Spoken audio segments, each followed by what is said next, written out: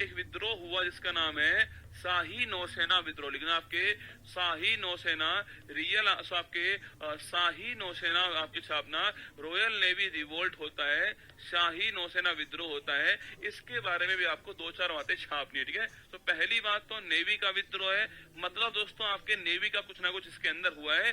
Navy का दोस्तों एक जहाज है आपके, उसका नाम क्या है, पहली बात तो लिख लीजिए कब हुआ।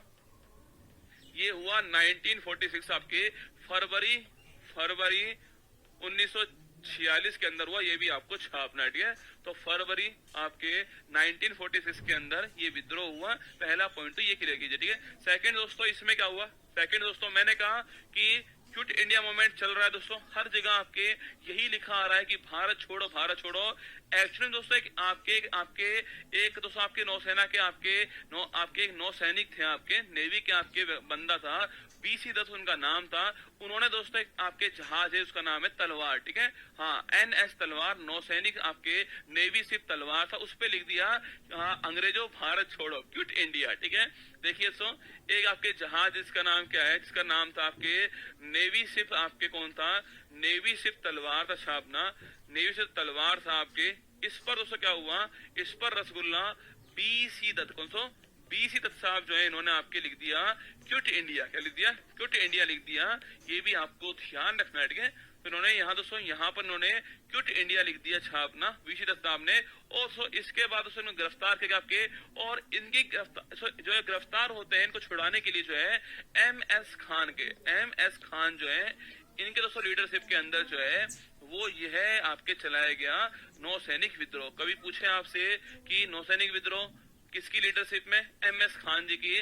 जहाज का नाम पूछ सकता है सो, जहाज का नाम क्या है, आपके नेवी शिप तलवार है जिसके ऊपर लिखा है क्विट इंडिया। ये भी आपको छापना है, ठीक है। तो शाही नौसेना विद्रोह फरवरी 1946 के अंदर होता है। नौसैनिक जहाज दोस्तों तलवार है, उसके ऊपर जो है वो बीसी दत्त ने क्विट इंडिया लिख दिया, भारत छोड़ो लिख दिया। उसके बाद गिरफ्तार किया इनको, इसका विरोध करने के लिए एमएस खान की लीडरशिप में आपके शाही नौसेना विद्रोह होता है। ये भी आपको ध्यान रखना है। ये दोस्तों हमारे विद्रोह जो है वो आपके सामने हो चुके हैं, ये सारे विद्रोह मैंने आपको पढ़ा दिए, ठीक है। अब दोस्तों बहुत महत्वपूर्ण जो आपके व्यक्तित्व हैं, चाहे क्रांतिकारी हैं, वो मैं आपको नोट कराऊंगा क्रम वाइज, ठीक है। आइए आगे बढ़ते हैं। अब दोस्तों नई हेडिंग आप लगाइएगा, वो हेडिंग आपके लिए होने वाली है कौन सी, आपके लिखना। अब दोस्तों नई हेडिंग लगाइए आपके, देखिए व्यक्तित्व, लिखिए व्यक्तित्व। कुछ मैं आपको टाइम टाइम पर लिखा चुका हूं, और जो मैंने नहीं लिखाई है वो सारी लिखा रहा हूं आपको।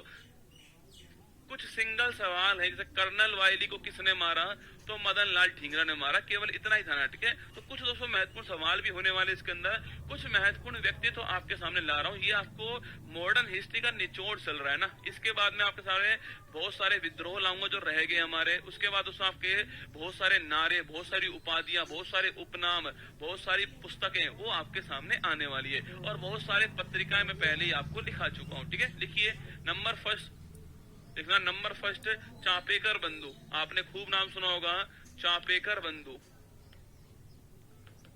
देखिए नंबर फर्स्ट चापेकर बंधु, लगाइए हेडिंग नंबर फर्स्ट चापेकर बंधु।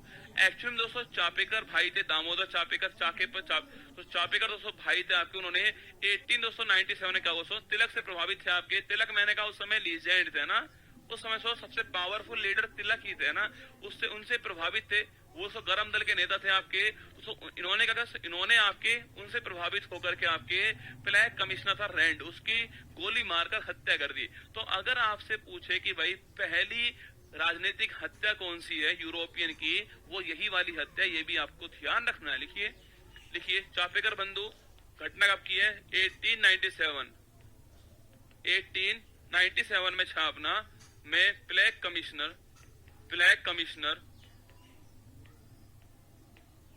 रैंड, फ्लैग कमिश्नर लिखना 1897 में फ्लैग कमिश्नर रैंड और एरेस्ट जो है, रैंड और एरेस्ट की गोली मारकर हत्या,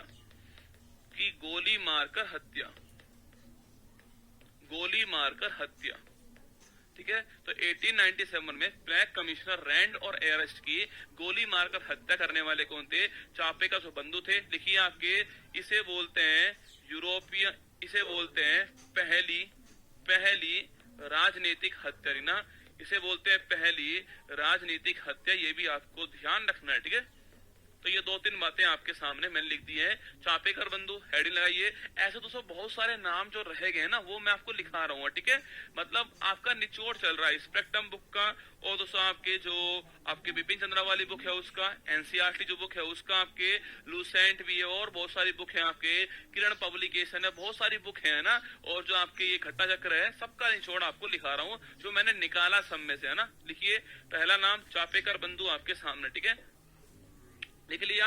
1897 में इन्होंने हत्या कर दी किसकी। एग्जाम में यही पूछता है प्लेग कमिश्नर रैंड की हत्या कब होती है, करने वाला कौन है, दोनों नाम आपके सामने लिख चुका हूं, ठीक है। देखिए सेकंड श्याम जी कृष्ण वर्मा, लिखिए श्याम जी कृष्ण वर्मा, श्याम जी कृष्ण वर्मा। ये नाम आपने खूब सुना होगा, नहीं सुना तो आज सुन लीजिए।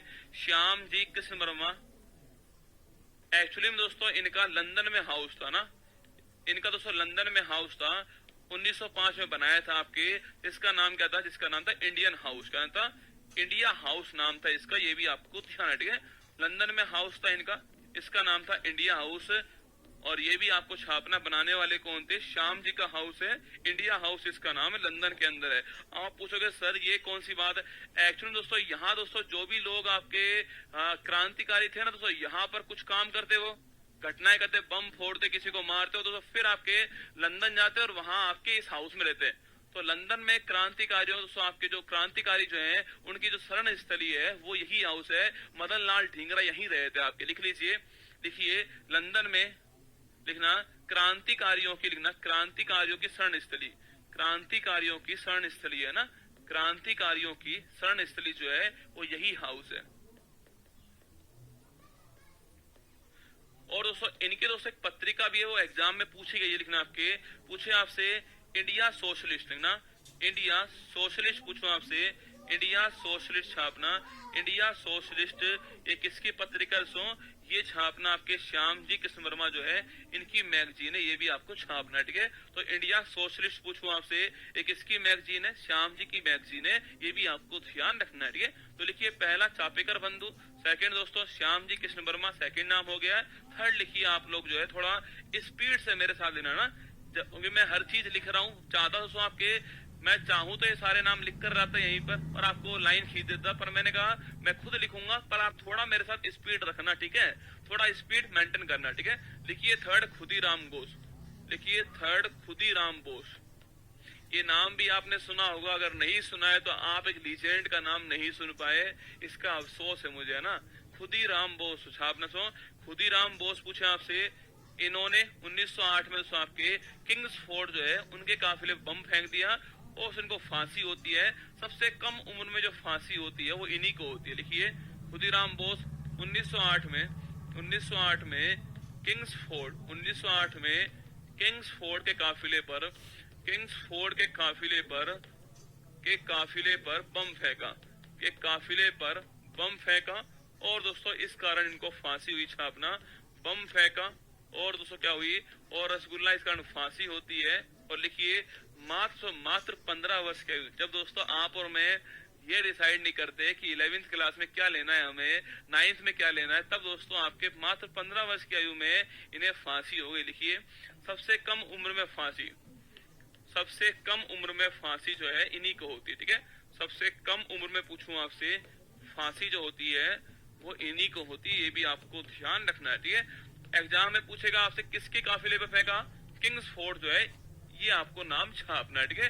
1908 में फेंका है, किंग्सफोर्ड के काफिले फेंका है, ये आपको छापना है। फेंकने वाले खुदीराम बोस थे, ये भी नाम आपको ध्यान रखना है, ठीक है। फोर्थ छापना, फोर्थ नाम लिखिए आप लोग जो है, फोर्थ लिखिएगा आपके वो है वीर सावरकर, बड़ा महत्वपूर्ण नाम से आपके सामने है वीर सावरकर। लिखिए वीर सावरकर। अरे जो आप सोच रहे हो ना सब लिखा दूंगा, चिंता षड्यंत्र सारे लिखाऊंगा, आप चिंता ना करें ना, सब कुछ लेकर आया हूँ, जो सवाल बनते हैं सारे लेकर आया हूँ।